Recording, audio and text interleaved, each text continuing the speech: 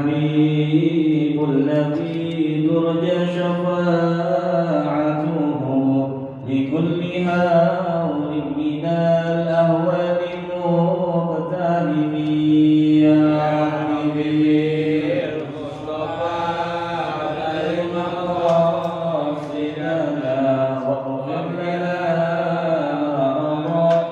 يا واسع الكرم. بسم الله الرحمن الرحيم. إلى حضرة النبي المصطفى محمد صلى الله عليه وسلم وعلى آله وأصحابه وأزواجه وأولاده وذريته أجمعين. ثم خصوص الرجل المؤلف هذا الكتاب الشيخ محمد دهلان الجنبس الكثير وأصولهم وفروعهم أن الله يبشرهم برحمته والمغفرة ويسكن لهم الجنة ويختم لنا ولهم الحسنى في خير ولطف وعافية. وإلى حضرة النبي المصطفى محمد صلى الله عليه وسلم الفاتحة. أعوذ بالله من الشيطان الرجيم. بسم الله الرحمن الرحيم. الحمد لله رب العالمين الرحمن الرحيم مالك يوم الدين. إياك نعبد وإياك نستعين اهدنا الصراط المستقيم صراط الذين أنعمت عليهم غير المغضوب عليهم ولا الضالين آمين. بسم الله الرحمن الرحيم. Alhamdulillahi Rabbil Alamin wa bihi nasta'inu ala umuri dunya waddin wassalatu wassalamu ala sayyidina Muhammadin wa ala alihi wa sahbihi ajma'in. Rabbi shrah li sadri wa yassir li amri wa hlul 'uqdatam min lisani yafqahu qawli. Amma ba'du. Yang sama saya hormati, yang saya muliakan Ketua DKM Masjid Jami Al-Ittihad, Saudara Bapak Andi Basar dan juga keluarga besarnya. Yang saya hormati, yang saya muliakan Al-Ustadzul Karim Al-Ustadz Maman. Yang saya hormati, yang saya muliakan Ketua RT 09 dan juga seluruhnya para jamaah hadirin, bapak-bapak yang tidak bisa saya sebutkan namanya satu persatu, namun insya Allah sedikit pun tidak mengurangi rasa hormat, rasa bangga, rasa ta'zim diri saya kepada Bapak semuanya yang hadir pada malam hari ini dan kesempatan yang mulia ini. Mudah-mudahan angkat kaki kita, niat baik kita dari rumah menuju tempat ini dengan tujuan yang baik, berkumpul di dalam tempat yang baik. Mudah-mudahan kehidupan kita yang belum baik dirubah oleh Allah Subhanahu wa taala menjadi kehidupan yang lebih baik. Juga mudah-mudahan apabila ada jamaah yang lagi sakit diangkat penyakitnya oleh Allah Subhanahu wa taala. Mudah-mudahan yang lagi dalam kesempitan dilapangkan urusannya oleh Allah Subhanahu wa taala. Keluarga kita dijadikan keluarga yang sakinah, mawaddah, warahmah. Anak-anak kita dijadikan anak-anak yang sholihin, sholihah. Amin amin ya Allah ya rabbal alamin. Para bapak jamaah Masjid Jami Al-Ittihad yang dirahmati oleh Allah Subhanahu wa taala, duduknya saya dan hadirnya saya pada malam hari ini hanya imtithalul amr, mengikuti suruhan atau perintah dari saya punya orang tua. Jadwalnya beliau malam ini cuma bentrok sama musola Nurul Islam pabrik kerupuk. Makanya saya disuruh ke sini, beliau yang ke sana. Tujuannya bukan sama ingin menggurui, tapi sama-sama ingin mengingatkan kepada jamaah semuanya tentang permasalahan agama Islam. Para bapak-bapak jamaah Masjid Jami Al-Ittihad yang dirahmati oleh Allah Subhanahu wa taala. Allah Subhanahu wa taala berfirman, "Innamat taubatu 'ala Allah lilladzina ya'maluna as-su' bijuhalatin tsumma yatubuna min qarib fa ulaika yatubullahu 'alaihim wa kana Allahu 'aliman hakima."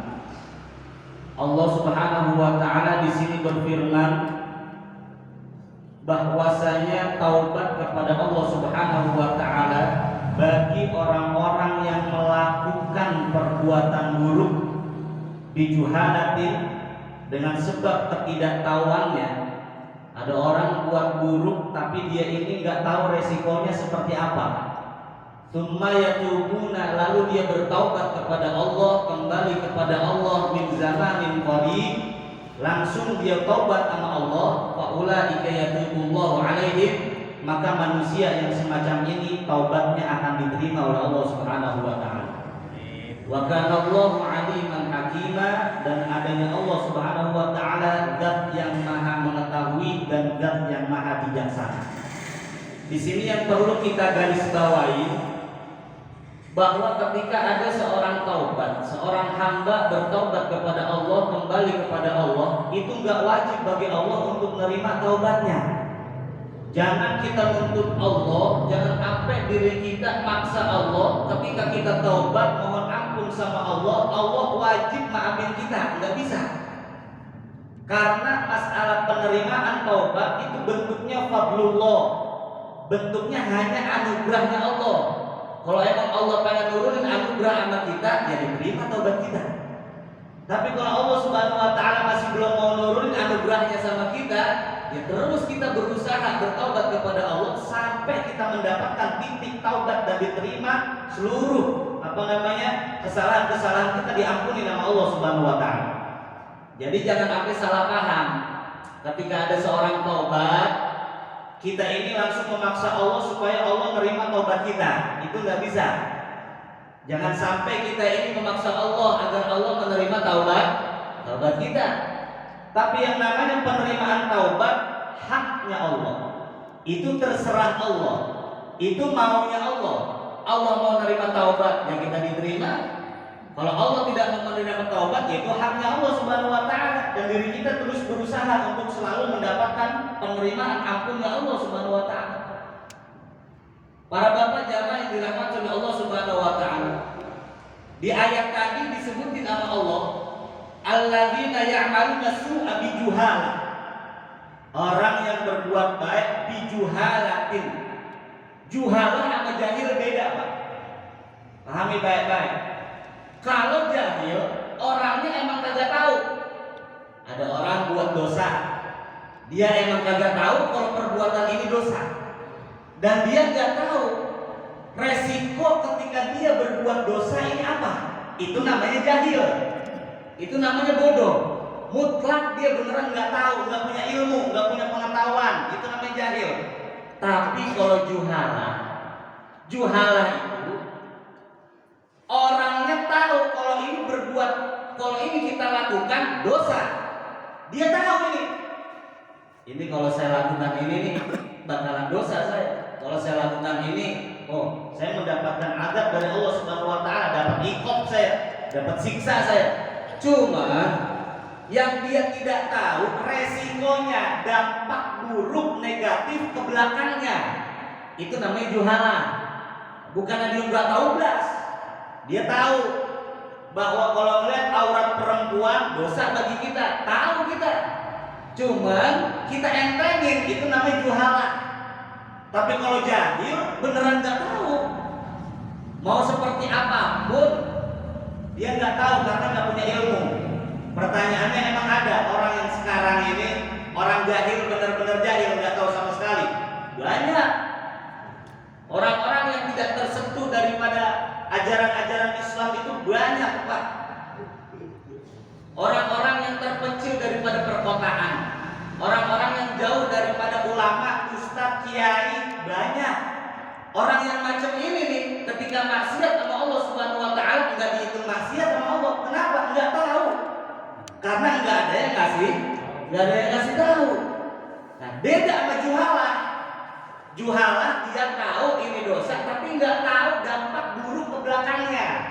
Itu namanya juhalah.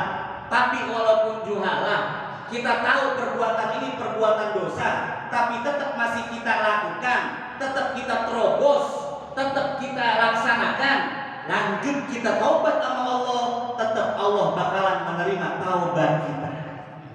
Ini maha baiknya Allah Subhanahu wa taala. Bahkan sampai ulama itu bilang sama kita begini, ud ilallah walau aznabta alfa marrah. Taubat sama Allah, balik ke Allah, ingat lagi sama Allah Subhanahu wa taala, walaupun kesalahan kita 1000 kali lipat kesalahan, walaupun kita mempunyai 1000 kali kesalahan. Wa tadzakkar dauman, Ingat nih, ingat, taruh di otak kita, taruh di pikiran kita, taruh di hati kita. An-nata ila minadz-dzambi kaman la dzambala. Sesungguhnya orang yang bertaubat daripada dosanya seperti orang yang tidak mempunyai dosa. Para bapak jamaah yang dirahmati oleh Allah Subhanahu wa taala. Kadang pembahasan masalah taubat ini udah sering kita dengar dari ulama-ulama kita, dari ustaz-ustaz kita. Kita ini orang-orang yang sering ke masjid. Kita ini orang-orang yang mungkin kesalahan kita ini hanya ninggalin sholat, kesiangan sholat, atau bagaimana terserah. Tapi kalau kita pikir orang-orang yang terjebak dalam dunia hitam, kita konsepin taubat, kita kasih tahu masalah taubatnya, kasih sayangnya Allah Subhanahu wa taala kepada hambanya dengan jalan melalui taubat, mereka sangat tertarik. Mereka sangat ingin menerima dan ingin tahu tentang masalah taubat. Sekian banyak kesalahan saya, sekian banyak kekeliruan saya, sekian banyak mukhalafat yang telah saya lakukan, dolalat sayyi'at yang telah saya kerjakan, banyak kesalahan yang telah saya perbuat, banyak. Gimana Allah bakalan menerima apa kagak? Allah bakalan ngampunin apa kagak? Kalau kita kan kumpulan circle-nya begini aja. Coba kita keluar sedikit. Bagaimana orang yang terjebak dengan lesbi? Bagaimana orang yang terjebak dengan gay? Bagaimana orang yang terjebak di dalam diskotik? Bagaimana orang yang terjebak di dalam dunia malam? Bagaimana kita cara mengetahui dan memberi pemahaman kepada mereka tentang masalah kasih sayangnya Allah kepada hambanya dengan jalan melalui taubat? Dulu saya pernah kenal Pak sama orang yang gay. Gay ini sebuah penyakit, sebuah bala, harus diobatin. Cuman kita nggak bisa caranya untuk ngobatinnya ini gimana, susah. Minimal. Waktu itu kita kumpul, waktu itu kita bareng-bareng. Kalau kita kasihatin orang yang lagi sholat gampang, nasihatin orang-orang kayak mereka ini yang susah nih Pak. Namanya aslinya Muhammad Latif, dipanggilnya Lovely. Panggilan ini Lovely namanya. Nama aslinya Muhammad Latif, keren bener. Saya tanya, kenapa kamu bisa berubah seperti ini? Kok bisa nggak nafsu sama cewek? Kok bisa nggak nafsu sama lawan jenis kamu? Apakah pernah kamu hubungan sama wanita langsung sakit hati? Akhirnya nggak nafsu sama cewek? Apa emang pergaulan? Apa emang orang tua nggak pernah mikirin sama pergaulan hidup kamu? Kata dia, ya saya juga nggak tahu kalau masalah cewek, saya nggak pernah yang namanya demen sama cewek, kagak pernah. Cewek cakep kayak apa juga dia diraba-raba, kagak pernah yang namanya ada syahwat sama wanita. Tapi kalau sama laki-laki tampan, jangan dicolek, galangan dia. Ini bagaimana cara kita untuk nasihatin dia gimana? Wah, kita ini udah luar biasa nyalahin orang Islam, nyalahin si A, nyalahin si B. Padahal orang-orang yang masih membutuhkan nasihat agama itu banyak dan tertarik dengan masalah konsep taubat. Langsung saya bilang begini, saya nggak pernah manggil dia neng, saya nggak pernah manggil apa-apa, saya manggil bang. Minimal apa kata Allah Subhanahu Wa Taala, kata dari Nabi Muhammad SAW, kalau emang kita nggak bisa merubah sebuah kemungkaran dengan usaha kita, minimal hati kita jangan terima kalau itu sesuatu yang mungkar. Minimal itu. Saya panggil bang. Kenapa saya panggil bang? Biar dia sadar kalau dia laki-laki. Dia itu bukan perempuan. Minimal itu usaha saya. Tidak merestui kalau dirinya merubah statusnya yang tadinya laki-laki pengen dijadiin perempuan. Minimal itu. Jangan kita terima yang seperti itu. Ini orang-orang yang terjebak dalam dunia seperti ini banyak. Yang perlu nasihat masalah taubat ini banyak. Jangan langsung kita klaim, kamu ini udah jadi sampah masyarakat, kamu ini orang yang kagak bener. Akhirnya takut sama masjid, akhirnya takut sama kebaikan, takut sama pengajian. Ayo baik-baik, rangkul baik-baik. Kok kita manusia mempunyai sifat Tuhan? Tuhan aja menerima taubat. Masa kita sesama manusia nggak mau menerima dia untuk menjalankan ketaatan dan lebih dekat lagi sama Allah Subhanahu Wa Taala? Ya Allah, nasihatin, rangkul mereka, cari orang-orang yang seperti itu banyak di luaran sana. Nah, kalau kita masalah taubat udah sering dengar, Kuping kita udah enggak udah enggak awam lagi yang kata-kata taubat. Tapi orang di luar sana itu sangat-sangat memerlukan tentang masalah taubat. Para bapak-bapak jamaah yang dirahmati oleh Allah Subhanahu wa taala. Juhalah sama jahil itu beda. Kalau jahil beneran nggak tahu, akhirnya dia berbuat dosa, efeknya pun nggak tahu, tetap dia diampuni dosanya dan kesalahan sama Allah Subhanahu wa taala. Tapi kalau juhala, dia tahu tapi nggak tahu dampak efek ke belakangnya seperti apa. Karena kalau berbuat dosa efeknya itu banyak pak dampak ke belakang. Kita di sini fokus masalah taubatnya aja. Para bapak-bapak jamaah Masjid Jami Al-Ittihad yang dirahmati oleh Allah Subhanahu wa taala. Selama yang namanya kita masih sehat, selama yang namanya kita masih hidup, kapanpun kita mau taubat pasti bakal diterima sama Allah Subhanahu wa taala. Kalau kita pengen minta ampun sama Allah Subhanahu wa taala, pasti bakal diterima sama Allah Subhanahu wa taala. Cuma ingat, yang pengen saya tekankan di sini, jangan meremehkan kasih sayangnya Allah. Jangan meremehkan fadlnya Allah. Jangan meremehkan Allah Maha Baik, kita remehkan Allah. Oh, kita buat dosa aja, ntar juga bakalan diampuni. Oh, kita buat dosa aja, nanti juga Allah pasti bakal nerima taubat kita. Nggak bisa. Kasih sayangnya Allah diremehkan sama hambanya yang turun bukan taubat, yang diterima sama kita bukan ampunannya, tapi murkahnya. Na'udzubillah min dzalik. Allah emang maha murah, Allah emang maha kasih sayang. Allah ini emang maha rahman rahim. Allah maha syakur, Allah maha sabur, Allah maha penerima, Allah maha hakim, bijaksana. Betul Allah seperti itu. Tapi ingat, jangan diremehkan kasih sayangnya. Kalau kita meremehkan kasih sayangnya Allah, hati-hati. Yang turun bukan kasih sayang sama kita, tapi yang turun murkahnya Allah Subhanahu wa taala kepada kita. Kira-kira jelas ya Pak ya? Para bapak-bapak jamaah yang dirahmati oleh Allah Subhanahu wa taala, selama masih sehat, selama nafas, selama nyawa kita belum sampai yughargir, belum sampai tenggorokan, selama kita mau bertobat kepada Allah Subhanahu wa taala, maka selama itu juga peluang taubat diterimanya kita besar di sisi Allah Subhanahu wa taala. Para bapak-bapak jamaah yang dirahmati oleh Allah Subhanahu wa taala. Karena kalau sudah mendekati sebuah kematian, manusia ini peluang taubat diterimanya sama Allah itu kecil. Peluang taubat yang bakalan diterima sama Allah, bukanya pintu taubat bakalan diterima sama Allah ketika kita masih sehat, kita masih gagah. Banyak peluang taubat itu. Tapi kalau udah sakit kecil. Kenapa? Bahkan sampai ada yang Rasul itu bilang alam yogor gitu.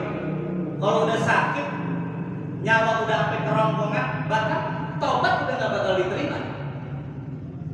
Contohnya siapa? Fir'aun. Fir'aun itu pada kisahkan. Waqad qala Allah Ta'ala fi kitabihil karim hatta idza adrakahul gharq. Waktu Fir'aun ini lagi tenggelam.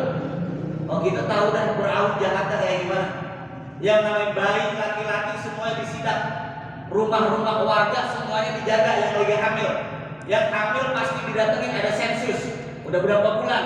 Kapan lahiran? Kalau dulu belum ada bidan, belum ada USG. Pokoknya angka lahir ditungguin. Bayi lahir laki-laki, bunuh langsung. Karena Fir'aun kagak mau yang namanya ada saingan.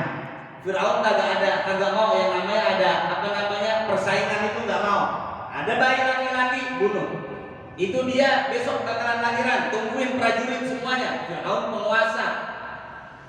Tungguin depan pintunya, lahir cek laki-laki atau perempuan. Kalau perempuan biarkan dia hidup dengan sentosa. Kalau laki-laki bunuh itu lakinya, bunuh itu bayinya. Sampai segitunya. Sampai kejahatannya lagi ngaku sebagai menjadi Tuhan. Ini kesombongan yang begitu amat luar biasa, yang sampai nggak bisa diampuni sama Allah Subhanahu wa taala. Pak, Fir'aun sebegitu dahsyatnya itu melakukan kezaliman. Fir'aun sebegitu dahsyatnya melakukan sebuah kemungkaran. Ketika dia mengejar Nabi Musa alaihissalam sampai ke tengah Laut Merah, Nabi Musa dan pasukannya sudah melalui laut, sudah menyeberangi laut. Fir'aun dan pasukannya masih ada di tengah laut. Melalui mukjizatnya Nabi Musa alaihissalam yang tadinya laut terbuka, minta lagi sama Allah, ya Allah tutup ini laut, kembalikan seperti semula. Akhirnya Fir'aun sama bala tentaranya tenggelam di di laut merah. Ketika Fir'aun ini tenggelam, kisah uniknya, ketika Fir'aun ini tenggelam, dia sadar diri. Ya Allah, saya ini sebenarnya tahu kalau saya ini berbuat dosa. Wa qad asaitu qabl. Sebelumnya saya ini buat maksiat. Wa kuntu minal mufsidin. Saya sadar saya ini kemarin berbuat kerusakan. Saya sadar. Saya tahu itu. Tapi izinkan saya ya Allah. Saya sekarang tenggelam, gak ada yang bisa nolongin siapa-siapa lagi. Yang nolongin saya udah gak ada lagi. Apa kata Fir'aun? Qul amantu innahu la ilaha illalladzi amantu wa ana minal muslimin. Kata Fir'aun, sekarang saya beriman kepada Allah, kepada Tuhan yang tidak ada Tuhan lagi selain Allah Subhanahu wa taala. Saya beriman kepada Allah Subhanahu wa taala, cuma lambat. Ada sebuah kisah, ada yang menceritakan bahwa pengen taubatnya Fir'aun diambilin lumpur sama malaikat Jibril, dicecetin ke mulutnya, disumpelin ke mulutnya. Biar apa? Biar tidak keluar ucapan istighfar minta ampun kepada Allah. Karena kalau apa Fir'aun ucap istighfar, bakalan diampuni nama Allah. Dari saking baiknya Allah, dari saking baiknya Allah, dari saking maha penyayangnya Allah, dari saking keluar biasaannya Allah. Fir'aun yang udah begitu amat luar biasa zalimnya, kalau sampai keluar dari mulutnya ucapan istighfar minta ampun sama Allah, bakalan diampuni sama Allah. Dia nggak terima Jibril. Diambil lumpur, dimasukin ke mulutnya, biar tenggelam itu Fir'aun. Biar nggak bisa taubat sama Allah Subhanahu wa taala. Kalau dalam kitab mana Hiding Indah yang pada malam hari ini saya pegang, kenapa Fir'aun nggak diterima taubatnya sama Allah Subhanahu wa taala? Karena waktu Fir'aun sudah menyadarkan diri bahwa dirinya hanya manusia biasa, bahwa dirinya hanya manusia yang lemah, dia lagi tenggelam nggak ada yang nolongin. Ketika itu dia sadarnya udah telat, nyawanya udah sampai tenggorokan, nyawanya udah sampai kerongkongan. Makanya taubatnya udah kagak diterima sama Allah Subhanahu wa taala. Kira-kira jelas apa enggak? Para bapak-bapak jamaah yang dirahmati oleh Allah Subhanahu wa taala itu. Makanya peluang taubat kalau kita masih sehat, kalau kita masih gagah, itu banyak peluang taubat. Para bapak jamaah yang dirahmati oleh Allah Subhanahu wa taala. Allah Subhanahu wa taala juga berfirman, "Tubu ilallahi taubatan nasuha." Taubatlah kalian semua kepada Allah taubatan nasuha, dengan betul-betul taubat yang ikhlas, taubat yang sungguh-sungguh kembali kepada Allah dengan jalan serius. Itu namanya taubatan nasuha. Al-Imam Hasan itu pernah ditanya, wasuila al-Hasan ani taubatin nusuh. Al-Imam Hasan ini pernah ditanya, apa sih itu namanya taubatan nasuha itu apa? Yang dimaksud pengertian daripada taubatan nasuha itu apa? Dijawab sama beliau, hiya nadmun bil qalbi wa istighfarun bil lisan wa tazkiyatul jawarih wa ikmarun alla ya'ud.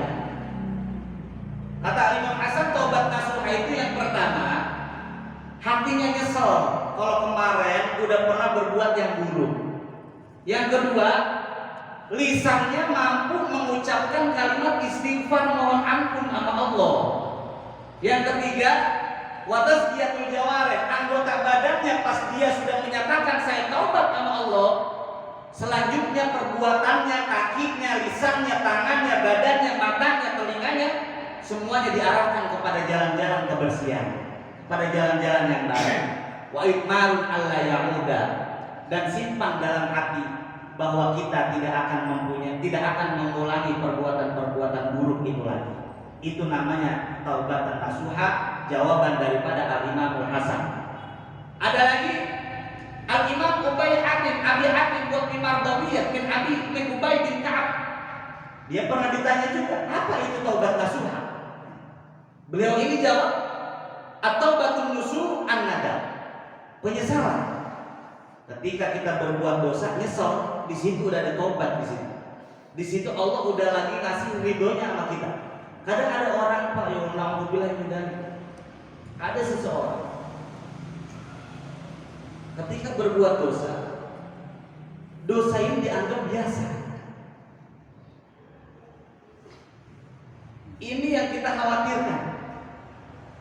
Kita ninggalin sholat, jangankan ninggalin, kesiangan sholat, nyesel kita, pikiran kita kalang kabut, hati kita gelisah. Di situ Allah masih naruh cintanya sama kita. Di situ Allah masih naruh kasih sayangnya sama diri kita. Yang perlu kita khawatirkan sangat dalam apa? Ketika ninggalin sholat, merasa biasa kita, happy aja, merasa senang aja, seakan-akan tidak ada yang terjadi. Ini yang harus kita khawatirkan. Tapi ketika kita berbuat dolalat, sayiat, mukhalafat, maksiat, dosa, kesalahan, kekeliruan, ternyata dalam hati kita terdapat sesuatu yang gelisah. Di situ Allah masih naruh cintanya sama kita. Mudah-mudahan, namanya kita manusia pasti punya rasa lupa, pasti punya rasa kekeliruan pasti. Tapi ketika kita berbuat kekeliruan, mudah-mudahan hati kita Allah masih mau naruh cintanya dalam hati kita. Langsung gelisah. Kalau belum kita tunaikan, belum kita kodok, kacau kita. Pikiran gak tenang, hati gelisah. Mudah-mudahan ketika kita buat salah selalu begitu. Itu tandanya Allah masih naruh rasa cinta sama kita. Jangan sampai berbuat salah, merasa biasa, happy, gembira, enggak dipikirin sama sekali. Ini yang bahaya. Kira-kira jelas ya Pak ya? Mudah-mudahan semuanya diri kita dikuatkan oleh Allah Subhanahu wa taala untuk melakukan ketaatan kepada Allah Subhanahu wa taala. Para bapak-bapak jamaah yang dirahmati oleh Allah Subhanahu wa taala. Rasulullah sallallahu alaihi wasallam berfirman melalui sebuah hadis yang diriwayatkan oleh Al-Imam Ibnu Majah. Kata Rasul, "Lau akhta'tum hatta tablughu khotoyakum as-sama, tsumma tubtum la taqallahu 'alaikum." Jikalau kalian terpeleset melakukan sebuah kesalahan, ketika engkau terpeleset melakukan sebuah kesalahan sampai kesalahan ini memenuhi langit, ya artinya kesalahan ini luar biasa, kesalahan ini begitu amat besar, kesalahan ini yang kita lakukan udah tiada taranya, likafrotiha wa tarakum ba'duha ala ba'din, kekeliruan yang begitu amat besar, kekeliruan yang begitu amat banyak, sampai diungkapkan kata Nabi sampai menuhin langit. Ketika udah penuh langit, kita tobat sama Allah, minta ampun sama Allah Subhanahu wa taala, tenang. La taballahu alaikum, Allah pasti terima taubat kita. Kenapa saya bisa terjemahkan pasti?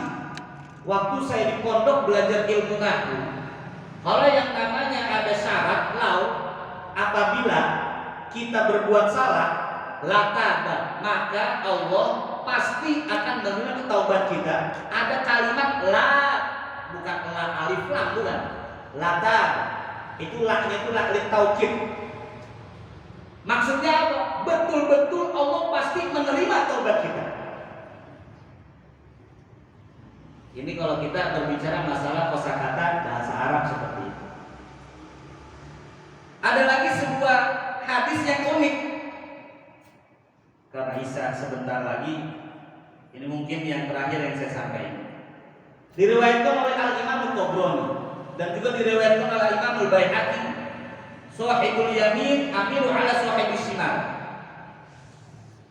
Fa idza amala al-'abdu hasanatan katabaha bi asri amsalih. Ketika seorang hamba melakukan kebaikan, maka dicatat 10 kebaikan. Ketika seorang hamba melakukan 1 kebaikan, dicatat pahalanya menjadi 10 kebaikan.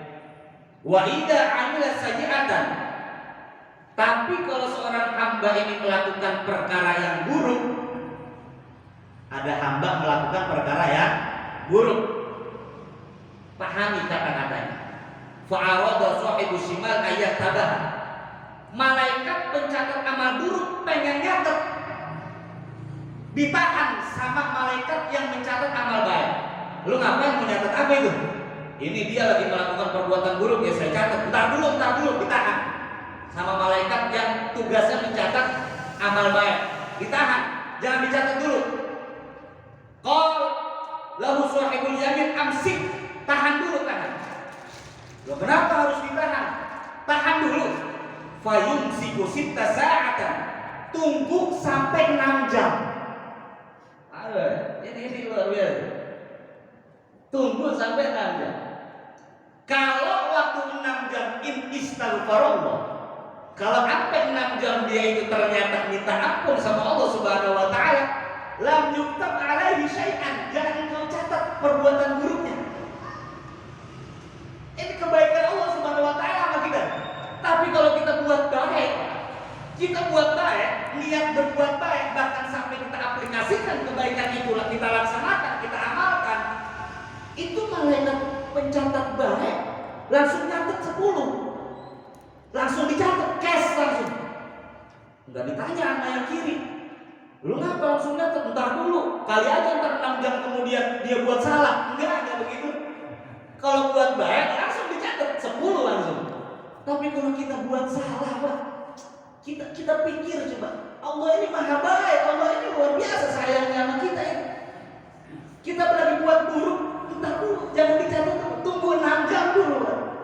Tapi kalau selama 6 jam, seandainya selama 6 jam itu dia mohon ampun sama Allah Subhanahu wa taala, jangan dicatat. Diampunin dosanya sama Allah Subhanahu wa taala. Wa illam yastaghfirillah. Tapi kalau dia enggak minta ampun sama Allah Subhanahu wa taala selama 6 jam, ya, kata alaihi sayyi'atan wahidah. Catat jangan 10 keburukan, catatnya 1 aja. Udah dikasih garansi 6 jam. Dikasih waktu 6 jam untuk kita betul-betul taubat sama Allah Subhanahu wa taala, biar diampunin kesalahan kita sama Allah Subhanahu wa taala. Ternyata masih belum mau taubat juga. Terpaksa ini malaikat nyatet amal kita, amal buruk. Yang dicatat bukan 10, 1. Ini kita sadar bahwa Allah Subhanahu wa taala begitu amat sangat-sangat menyayangi kepada para hamba. Para hadirin jamaah yang dirahmati oleh Allah Subhanahu wa taala. Ada lagi, kita ini dosanya gak gede-gede banget. Bapak ada yang pernah bunuh orang, enggak? Hei.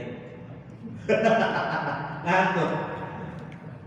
Ada yang pernah bunuh orang, enggak? Enggak. Ada.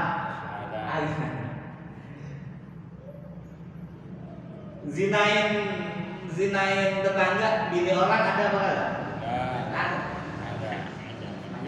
Ada. Ada. Ustadz kita, ulama kita, itu kan pernah cerita begini, masalah taubat. Dulu, ini hadis ceritanya ini diriwayatkan oleh Imam Tabrani, di sana dijajib sanadnya bagus, baik.